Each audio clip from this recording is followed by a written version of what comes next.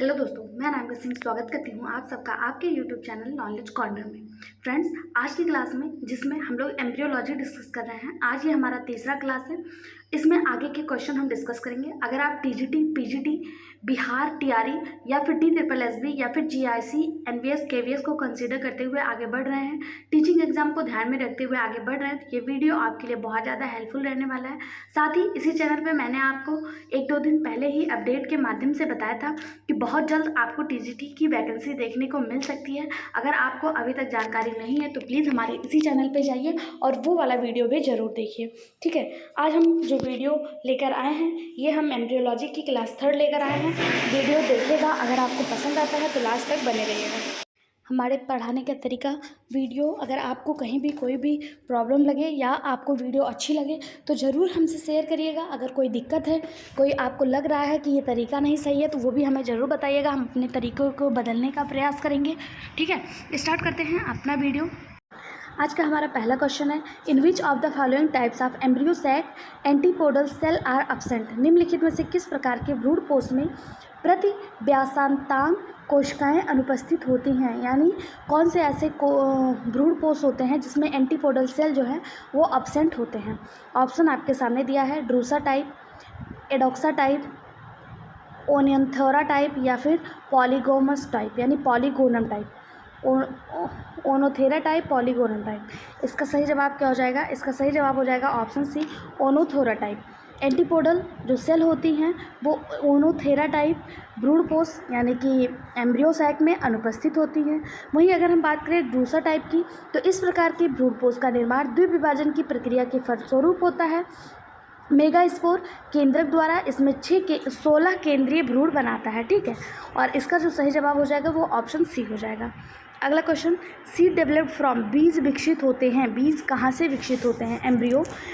Embryo, ovary या फिर ovule. तो इसका जवाब तो आई होप आप सबको पता होगा और PCS में पूछा गया क्वेश्चन है कि बीज जो हैं वो ओव्यूल से विकसित होते हैं, बीजांड से विकसित होते हैं। बीज एक परिपक्व यानी मेच्योर ओव्यूल से विकसित होता है जो निषेचन के बाद क्रियाशील हो जाता है।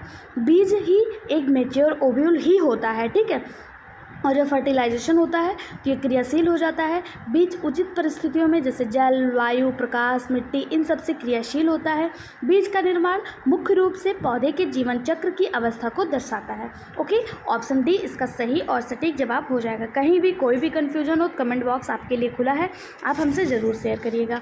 अगला क्वेश्चन है, the most durable organic matter which has helped in preservation of fossil spores and pollen grain. सर्वाधिक चिरस्थायी जैविक पदार्थ जो जीवाश्मी बीजाणुओं एवं परागकणों के परिरक्षक में सहायक है। लिग्निन, स्पोरोपोलिन, पोलेनिन, हेमीसेलुलोज या फिर कार्बोहाइड्रेट। तो इसका सही जवाब हो जाएगा ऑप्शन बी, स्पोरोपोलेनिन। परागकणों के संरक्षण के रूप में स्पोरोपोलेनिन कार्य करता है। यह चिरस्थायी और दृढ़ता के साथ परागकणों की रक्षा करता है। जबकि वहीं अगर हम बात करें लिग्निन की, हेमीसेलुलोज की, कार्बोहाइड्रेट की, तो ये पौधों में पाए जाने वाले अतिरिक्त ठोस पदार्थ हैं जिनका जमाव प्राथमिक कोशिकाओं यानी प्राइमरी सेल में अथवा उनके आवरण बनाने में होता है। ओके, और यहाँ पे जो पूछा जा रहा है उसका सही जवाब क्या हो जाएगा? ऑप्शन बी हो जाएगा। नेक्स्ट क्वेश्चन हम देखते हैं। क्वेश्चन आपको हिंदी और इंग्लिश दोनों लैंग्वेज में मिल रहा है। तो आई होप आपको वीडियो पसंद आ रहा होगा। कहीं भी कोई भी कन्फ्यूजन, कोई भी चीज़ आपको ना पसंद आए तो आप बेझिझक अपनी बात ज़रूर रखिएगा।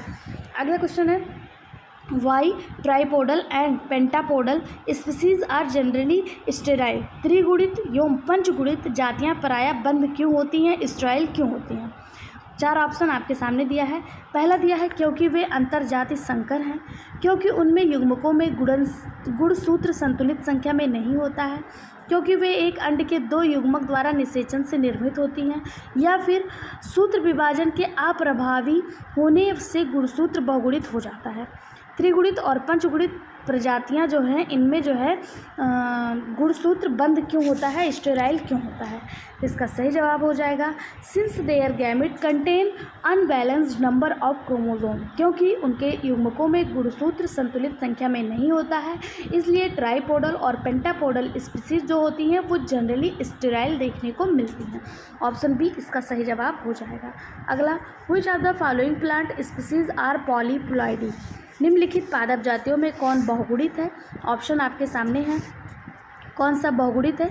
तो इसमें जो सही जवाब हो जाएगा वो ऑप्शन डी हो जाएगा, टिट्रिकम एसिटिवम और गॉसिपियम हर्सुटम। टिट्रिकम एसिटियम और गॉसिपियम हर्सुटम पादप दोनों ही बहुगुणित यानी पॉलीप्लाइडी हैं। पॉलीप्लाइडी गुणसूत्रों के 2 या 2 से अधिक सेट अनुवांशिक स्थिति में देखने को मिलते हैं। पॉलीप्लाइडी पौधे के साथ साथ मछलियाँ और उभयचरों के समूह में भी आम है। ठीक है, ऑप्शन डी इसका सही जवाब हो जाएगा, यानी मछलियाँ और उभयचरों में भी देखने को मिलता है। अगला क्वेश्चन, निम्नलिखित में से कौन अगुणित नहीं है, यानी कौन सा हैप्लॉइड नहीं है? ध्यान दीजिएगा, यहाँ पे कौन सा हैप्लॉइड है नहीं पूछा है, कौन सा नहीं है, नॉट हैप्लॉइड पूछा है। ऑप्शन है सहायक कोशिकाएं यानी सिंड्रिज्ड, प्रतिव्यासांत कोशिकाएं यानी एंटीपोडल सेल, न्यूसेल्स यानी बीजांडकाय, vegetative cell of the pollen यानी पराग की कायिक कोशिकाएं। कौन सा हैप्लॉइड नहीं है? तो यहाँ पे जो सिंड्रिज्ड है ये हैप्लॉइड है, एंटीपोडल सेल हैप्लॉइड है, वेजिटेटिव सेल ऑफ पॉलन ये भी हैप्लॉइड है। जो हैप्लॉइड नहीं है वो न्यूसेल्स यानी बीजांडकाय है। बीजांडकाय जो है ये अगुणित नहीं होता है, बाकी तीनों क्या है, हैप्लॉइड है। अगला question, The plant differentiated from the pollen grain grow in vitro condition are called। Vitro परिस्थितियों में वृद्धि करने वाले परागकणों में विभेदित होने वाले पादप क्या कहलाते हैं? Male plants, pollen plants, androgenic plants या फिर स्टेराइल प्लांट। विट्रो पोजीशन में वृद्धि करने वाले परागकणों में विभेदित होने वाले पादप क्या कहलाते हैं? तो वो कहलाते हैं एंड्रोजेनिक प्लांट, पुंजनीय पादप एंड्रोजेनिक प्लांट कहलाते हैं। ऑप्शन सी इसका सही जवाब हो जाएगा। परागकणों से इन विट्रो कल्चर में विकसित पौधे की पुंजनीय पादप यानी कि एंड्रोजेनिक प्लांट रूप में जाना जाता है, क्योंकि वे नर मादा मतलब जो नर होता है वो माता पिता के क्लोन होते हैं। पराग में केवल नर पौधे की आनुवंशिक सामग्री ही होती है। ठीक है, ऑप्शन सी इसका सही जवाब हो जाएगा, इसलिए इन्हें एंड्रोजेनिक प्लांट कहते हैं। अगला, the male gametophyte in angiosperm is reduced to. आवृत बीजों की युग्मोद्भिद लघुकृत होते हैं। 1 सेल, 2 सेल, 3 सेल या 4 सेल। तो इसका सही जवाब हो जाएगा ऑप्शन सी 3 सेल। आवृत बीजी में नर युग्मोद्भिद एक ट्यूब सेल और एक जनरेटिव सेल से बना होता है, या जनन कोशिकाएं विभाजित होकर 2 नर युग्मक बनाती हैं। तो एंजियोस्पर्मिक नर गैमेटोफाइट लघुकृत 3 सेल वाला होता है। ओके, ऑप्शन सी इसका सही जवाब पीसीएस में पूछा गया क्वेश्चन है। अगला क्वेश्चन है, in mesogamy the pollen tube enters the ovule. Mesogamy में पराग नलिका बीजांड में प्रवेश करती है। मीजोगैमी में पराग नलिका यानी पॉलन ट्यूब किसके द्वारा ओव्यूल में प्रवेश करती है? आप बताइए फटाफट से, किसके द्वारा प्रवेश करेगी? किसके द्वारा? क्या वो बीजांड के बीज के द्वारा, निभाग के द्वारा, अध्यावरणों के बीच से ऊतक को बिना छिद्रित करते हुए, या अध्यावरणों के बीच से ऊतक को छिद्रित करते हुए? कैसे मीजोगैमी में पराग नलिका बीजांड में प्रवेश करेगी? तो सही जवाब हो जाएगा option D, through the middle of the integuments after piercing of tissue, यानी अध्यावरणों के बीच से ऊतकों को छिद्रित करते हुए मीजोगैमी में पराग नलिका यानी पॉलन ट्यूब ओव्यूल्स में इंटर करती है। ऑप्शन डी इसका सही जवाब हो जाएगा। अगला question, in angiosperm apomixis refer to. आवृत बीजों में असंगत जनन से अभिप्राय क्या है, यानी एपोमिक्सिस क्या है एंजियोस्पर्म में? 4 ऑप्शन आपके सामने। क्या apomixis develop of embryo with fertilization है, या फिर डेवलप ऑफ एंडोस्पर्म है, develop of embryo after fertilization, या डेवलप ऑफ सीड? एपोमिक्सिस क्या है? तो इसका सही जवाब हो जाएगा ऑप्शन ए, बिना निषेचन के भ्रूण का परिवर्धन आवृत बीजों में एपोमिक्सिस कहलाता है।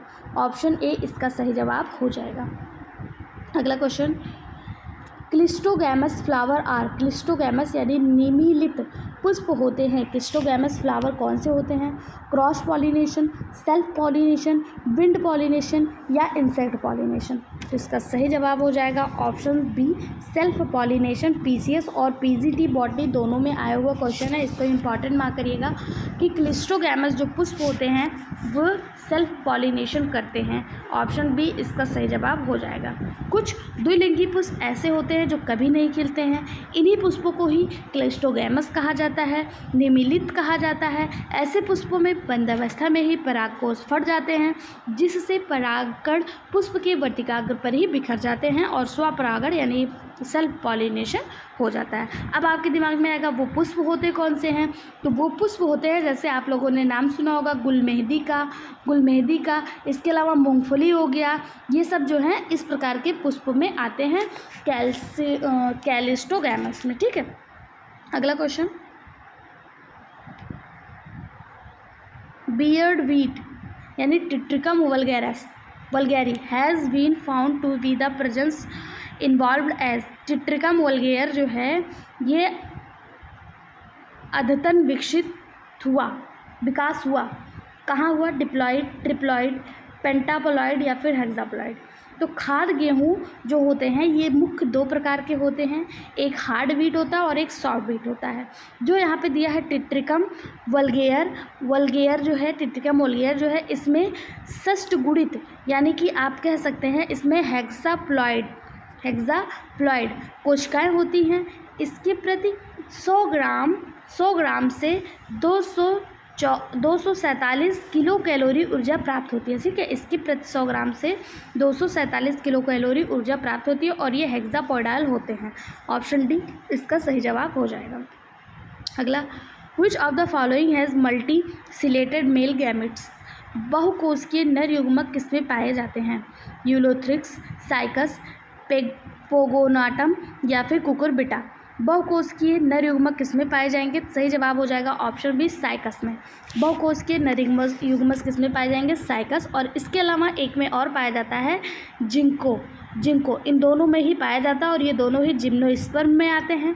ठीक है, ऑप्शन बी इसका सही जवाब हो जाएगा। अगला, a sporangium developing from a group of superficial sporangial initiated is called. सतही स्पोरेंजियल अध्याक्षर के समूह से विकसित होने वाले स्पोरेंजियम को क्या कहते हैं? क्या कहेंगे? यू स्पोरेंजिएट कहते हैं। क्या कहते हैं? यू स्पोरेंजिएट कहते हैं। ऑप्शन ए ही पहला सही जवाब हो जाएगा। क्या कहेंगे? यू स्पोरेंजिएट कहते हैं। अगला, perisperm is the seed developed from. Perisperm किस प्रकार के बीजों में विकसित होता है? क्या वो न्यूसेल्स में होता है, हीलियम में होता है, इंटीग्यूमेंट में होता है या ओवरी वॉल में होता है? तो सही जवाब हो जाएगा न्यूसेल्स में। पेरिस्पर्म बीजों का विकास केंद्रक कोशिकाओं के द्वारा होता है, न्यूक्लियस में होता है, जो पोषणकारी कोशिकाओं के परतों से बने होते हैं, जो भ्रूण के आवरण बनने का कार्य करते हैं, यानी कि भ्रूण की जो कोटिंग होती है इसको बनाने का कार्य करते हैं। अगर पूछा जाए इसके उदाहरण कौन से हैं तो शुगर बीट्स यानी गन्ना हो गया, कॉफ़ी हो गया, ये सभी इसके उदाहरण हैं। अगला क्वेश्चन, भ्रूण कोश के रंग पर बाह्य परागकणों के प्रभाव के रूप में जाना जाता है। The effect of foreign pollen grain on colouration of endosperm is known as. यानी भ्रूण कोश का जो रंग है इस पर बाह्य परागकणों के प्रभाव को किस रूप में जाना जाएगा? एपीमिक्सिस, एपीस्टेसिस, पार्थोनोकार्पी या फिर जीनिया। तो इसका सही जवाब हो जाएगा, इसे किस रूप में जाना जाएगा? जीनिया। इस प्रकार के प्रभाव को जीनिया कहते हैं। यह पूर्ण रूप से मक्के में देखने को मिलता है और इसका खाया जाने वाला जो भाग होता है कौन सा होता है? एंडोस्पर्म होता है। क्या होता है? एंडोस्पर्म होता है। क्या होता है? एंडोस्पर्म होता है। ऑप्शन डी इसका सही जवाब हो जाएगा। अगला question, when the embryo is formed from any cell of the embryo sac other than the egg, the phenomenon is called। जब भ्रूण किसी कोशिका से बनता है भ्रूण थैली अंडे के अलावा, तो इस घटना को क्या कहते हैं? मतलब यहाँ क्या कहा जा रहा है कि जब भ्रूण किसी कोशिका से बनता है भ्रूण थैली अंडे के अलावा, एम्ब्रियो सैक एग के अलावा, तो इसे क्या कहेंगे? तो इसे क्या कहा जाएगा आइए देख लेते हैं। पार्थिनोजेनेसिस, एपोस्पोरी, एपोगैमेटी या फिर एडवेंटिव एम्ब्रियन। तो इसका सही जवाब हो जाएगा ऑप्शन डी एडवेंटिव एम्ब्रियन। एडवेंटिव भ्रूण कहा जाता है। अंडे के अलावा भ्रूण थैली किसी एक कोशिका से भ्रूण का विकास होना ही एडवेंटिव भ्रूण या एडवेंटिव एम्ब्रियन कहलाता है। ठीक है, ऑप्शन डी इसका सही जवाब हो जाएगा। कोई दिक्कत नहीं है तो प्लीज़ वीडियो को लाइक कर दीजिए और अगर चैनल पर नए हैं तो सब्सक्राइब भी फटाफट से कर लीजिए। अगला क्वेश्चन है, tetrasporic embryo sac develop from the following. चतुष्फलकीय भ्रूण थैली का विकास जिसके बनने के साथ होता है? Megaspore tetrads, tetra nucleate megaspore, tetraploid megaspore या फिर tetra nucleate megaspore mother cell. किससे होगा? तो सही जवाब हो जाएगा option B tetra nucleate megaspore. चतुष्फलकीय बीजांड भ्रूण थैली का विकास टेट्रा न्यूक्लियड मेगास्पोर की कोशिकाओं द्वारा होता है। किसके द्वारा होता है? टेट्रा न्यूक्लियड मेगास्पोर के सेल्स के द्वारा। ऑप्शन बी इसका सही और सटीक जवाब हो जाएगा। अगला question, angiosperm gynoecium is equivalent to. वृत्तबीजी पुष्प का गर्भकेशर यानी गायनोशियम किसके तुलना के समान है? Ovary, mega sporophyll, mega sporangium या फिर स्टाइल एंड स्टिग्मा। तो इसका सही जवाब हो जाएगा एंजियोस्पर्म और गैनोसियम दोनों इक्विवेलेंट हैं। किसके इक्विवेलेंट हैं? मेगा स्पोरेंजिया के। किसके? मेगा स्पोरेंजिया के। ऑप्शन सी इसका सही जवाब हो जाएगा। आज कलयुग के ज़माने में मैं आपसे आपका अंगूठा नहीं मांग रही हूँ, बस आपके अंगूठे का एक निशान। आप वीडियो को लाइक करके हमें ये बता दीजिए कि आपका अंगूठा बिल्कुल सही सलामत है और अच्छे से कार्य कर रहा है। ठीक है। अगला question, if the pollen tube enter the ovules through the integument the phenomenon is known as. क्या कह रहा है? यदि परागनली झिल्ली यानी आवरण के माध्यम से बीजांड में प्रवेश करती है तो इस घटना को किस रूप में जाना जाता है? आइए देखते हैं इस घटना को किस रूप में जाना जाएगा। पोरोगैमी, हेट्रोगैमी, मीजागैमी या चैलेजोगैमी। यदि परागनली झिल्ली आवरण यानी झिल्ली यानी मेम्ब्रेन के माध्यम से बीजांड में यानी ओव्यूल में प्रवेश करती है तो इस घटना को क्या कहेंगे? This phenomenon is called as mesogamy. क्या? मीजोगैमी। ऑप्शन सी इसका सही जवाब हो जाएगा। जब परागनल की झिल्ली के माध्यम से बीजांड में प्रवेश करती है तो इस घटना को मीजोगैमी कहा जाता है। क्या कहा जाएगा? मीजोगैमी कहा जाता है। अगर पूछा जाए चैलेजोगैमी क्या है? चैलेजोगैमी, तो जब परागनली चैलेजा के माध्यम से भ्रूण में प्रवेश करेगी तो चैलेजोगैमी हो जाएगी। माइक्रोपाइल के माध्यम से जब प्रवेश करेगी तो पोरोगैमी हो जाएगी। माइक्रोपाइल के माध्यम से प्रवेश करेगी तो क्या हो जाएगी? पोरोगैमी हो जाएगी। सही जवाब ऑप्शन सी हो जाएगा।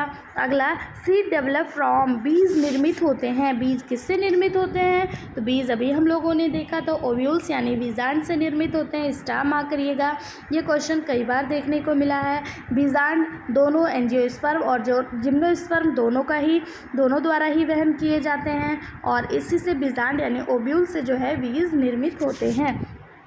अगला क्वेश्चन, चोल रहित बीजांड पाए जाते हैं।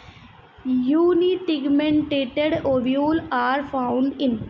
किसमें पाए जाएंगे? साइकस, मैग्नोलिया, रूबिया या फिर लोरेंथस। किसमें पाया जाएगा? यूनिटेगमेंटेटेड बीजांड। तो इसका सही जवाब हो जाएगा ये लोरेंथस में पाया जाता है। लोरेंथस की प्रजाति के परजीवी पौधों में पाया जाता है जो पेड़ों की छाल पे फैलता है। ओके, लोरेंथेसी फैमिली का पौधा है। इसमें जो जनन कोशिकाएं होती है उन्हें लोरेंथस कहा जाता है। अगर पूछा जाए ये क्या होती हैं तो ये आम, अमरूद, सेब आदि को हानि पहुंचाने वाले पौधे होते हैं। ऑप्शन डी इसका सही जवाब हो जाएगा। अगला, which chemical substance can be used the element infection spared by parasitic plant of Loranthus family. Loranthus family के परजीवी जो पौधे होते हैं, पौधे द्वारा फैलाए गए संक्रमण को ख़त्म करने के लिए कौन सा रासायनिक पदार्थ प्रयोग किया जाता है? यानी ये आम, अमरूद, सेब जैसे पौधों को अगर हानि पहुंचाएंगे तो इनको ख़त्म करने के लिए हम किसी तो चीज़ का यूज करेंगे तो क्या होता है? तो वो होता है कॉपर सल्फेट। कॉपर सल्फेट यहाँ कहाँ दिया हुआ है? तो जी देखिए ऑप्शन ए में CuSO4 कॉपर सल्फेट आपको दिख रहा होगा, यानी कि ऑप्शन ए इसका सही जवाब हो जाएगा। ठीक है, संक्रमित भाग को काट कर निकाल दिया जाता है और बाद में अगल बगल से कॉपर सल्फेट के इंजेक्शन लगाए जाते हैं जिससे संक्रमण जो है वो कम हो जाता है, धीरे धीरे खत्म हो जाता है। ओके, ऑप्शन ए इसका सही जवाब हो जाएगा। अगला question, formation of embryo from unfertilized egg is called as. एक अनिषेचित अंड से भ्रूण बनने की प्रक्रिया क्या कहते हैं? अगर अनिषेचित अंड है, अनफर्टिलाइज्ड एग है और भ्रूण बन रहा है तो वो क्या कहलाएगा? आप सभी को पता होगा, ये पार्थिनोजेनेसिस कहलाता है। क्या कहलाएगा? पार्थिनोजेनेसिस कहलाएगा। ऑप्शन ए इसका सही जवाब हो जाएगा। पार्थिनोजेनेसिस फल के एग्जाम्पल अगर आपको पता है तो कमेंट बॉक्स में ज़रूर बताइएगा। अगला क्वेश्चन है, poly embryony is commonly found in. बहुभ्रूणता समानता किसमें पाई जाती है? टोमेटो, पोटैटो, सिट्रस या फिर निम्फिया। सही जवाब ऑप्शन सी सिट्रस यानी नींबू में पॉली एम्ब्रियोनी यानी बहुभ्रूणता समानता नींबू परिवार के पौधों में देखने को मिलता है। नींबू परिवार का पौधा यानी जितने भी खट्टे फल हैं, जितने भी सिट्रस फ्रूट हैं, चाहे वो आपका नींबू हो गया, ऑरेंज हो गया, ये सब जो हो गए ये आपके नींबू फैमिली से बिलोंग करते हैं। इसके अलावा मैंगो वगैरह में भी पॉली एम्ब्रियोनी देखने को मिलता है। ऑप्शन सी इसका सही जवाब हो जाएगा। अगला, grasses process great regenerative power because they are, घासों में महती पुनर्जनन क्षमता होती है क्योंकि आपने देखा होगा अपने आसपास जो घास होते हैं इनको जब आप खींच देते हैं, काट देते हैं, नोच लेते हैं या फिर गाय इसको चर लेती है, फिर से ये रीजनरेट कर जाते हैं, लगातार रीजनरेट कर जाते हैं। क्यों ऐसा होता है? क्या ये डोमिनेंट स्पीसीज होती हैं, क्या ये फास्ट ग्रोइंग होती हैं, या फिर क्या ये निरंतर चराने वाले होते हैं, या फिर राइजोमेटस होते हैं, प्रकंदी होते हैं? तो इसका सही जवाब हो जाएगा घासों में जो बहुत ज़्यादा रीजनरेटिव पावर पाया जाता है वो इसलिए होता है क्योंकि इसमें निरंतर चराने से होता है। ठीक है, ऑप्शन कॉन्स्टेंटली ग्रेज्ड से होता है। घास को हम नियमित रूप से काटते हैं या गाय भेड़ बकरी इसको चढ़ लेते हैं, फिर वे वापस उगते हैं, इसलिए इसमें जो है रीजनरेटिव पावर जो है बहुत ज़्यादा देखने को मिलती है। ऑप्शन सी इसका सही जवाब हो जाएगा। अगला, which of the following has accepted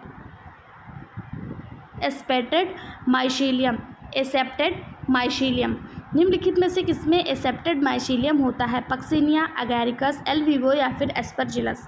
तो सही जवाब हो जाएगा इसका ऑप्शन सी एल्विगो। एल्विगो में एक्सेप्टेड तंतु पाया जाता है या शाखाओं में विभक्त होता है। कैनियोकाइनेसिस के पश्चात कई कोशिकाएं निर्माण होती है जो सिनोसाइटिक कहलाती हैं और इसी में आपको एक्सेप्टेड माइसीलियम देखने को मिलता है।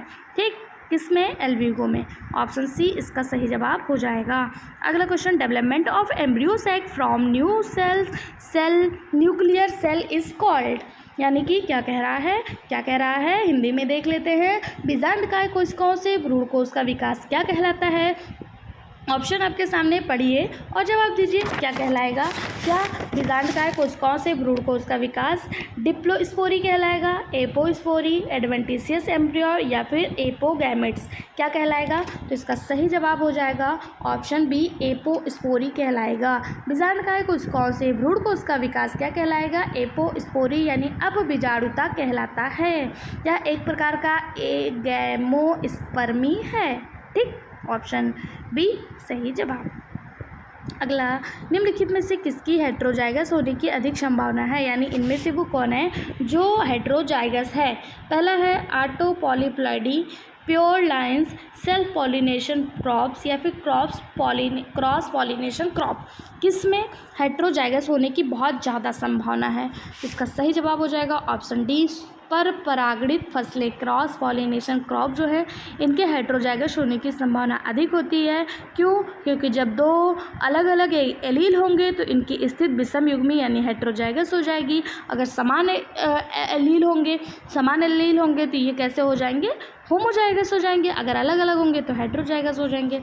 ऑप्शन डी सही जवाब। अगला, androgenic haploid were first produced in, पुंजनीय अगुणित पौधे सर्वप्रथम विकसित किए गए। किसमें किए गए? तो ये किए गए धतूरा में। किसमें किए गए? धतूरा में। ऑप्शन सी इसका सही जवाब।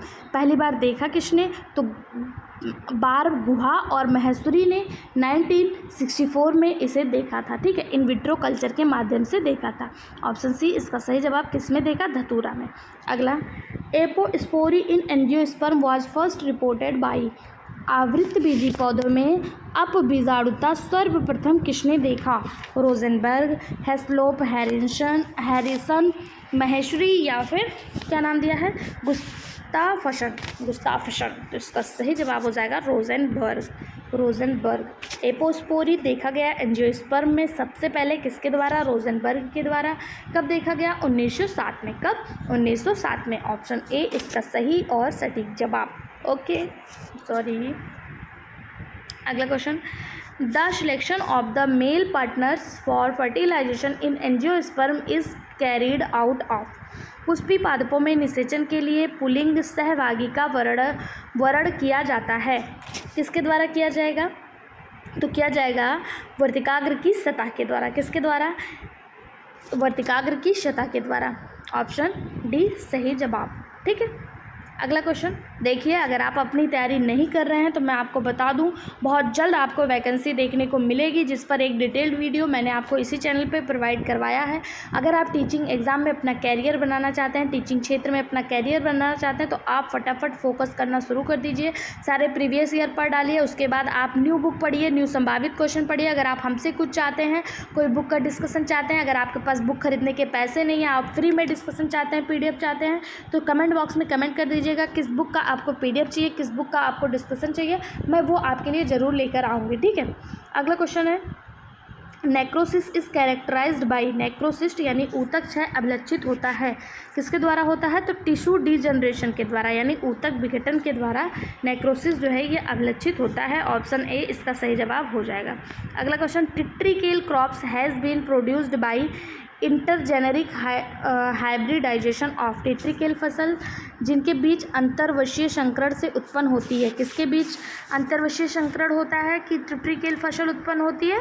तो गेहूं और राई के बीच, किसके बीच? गेहूं और राई, व्हीट एंड राई के बीच। ऑप्शन डी इसका सही जवाब हो जाएगा।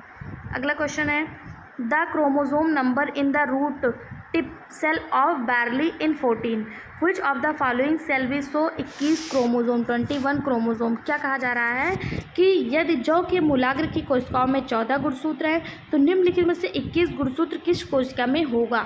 यानी जो जौ है उसमें अगर 14 गुणसूत्र है तो उसके किस कोशिका में 21 गुणसूत्र देखने को मिलेगा? तो उसके भ्रूणपोष में देखने को मिलेगा, किसमें? भ्रूणपोष में। ठीक है, क्यों? क्योंकि गैमिट जो होता है इसमें 7N अगुणित होता है, लीफ रूट जो होता है इसमें 2N 14 होता है, और एंडोस्पर्म में 3N यानी कि 21 होता है। ठीक है, 21, ये भी द्विगुणित होता है, ये भी द्विगुणित होता है, ये अगुणित होता है। अगला क्वेश्चन,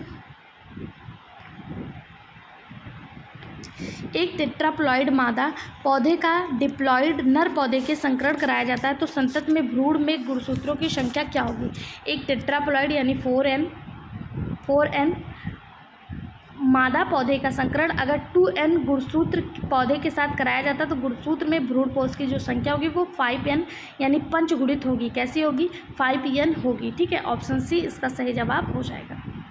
अगला question, arrest of mitosis at metaphase in diploid leads to, किसी द्विगुणित में सूत्री विभाजन की मध्यावस्था में रुकावट से उत्पन्न होती है, किसके होती है? तो टेट्राप्लॉइडी, किसके? टेट्राप्लॉइडी।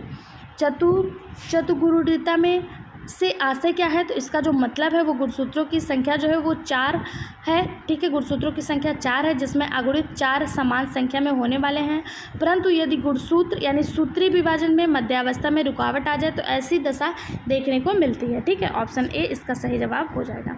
अगला question, the ploidy level of endosperm in fritillaria is, fritillaria में भ्रूणपोष का गुणन यानी पोलैडी स्तर क्या होता है? फ्रिटिलेरिया में जो भ्रूणपोष का पोलैडी स्तर होता है वो पेंटाप्लॉइडी होता है। कैसा होता है? पेंटाप्लॉइडी होता है। पेंटाप्लॉइडी होता है, कैसा? पेंटाप्लॉइडी। ये लिलिएसी फैमिली में देखने को मिलता है। ऑप्शन डी इसका सही जवाब हो जाएगा। क्या हो जाएगा? Option D.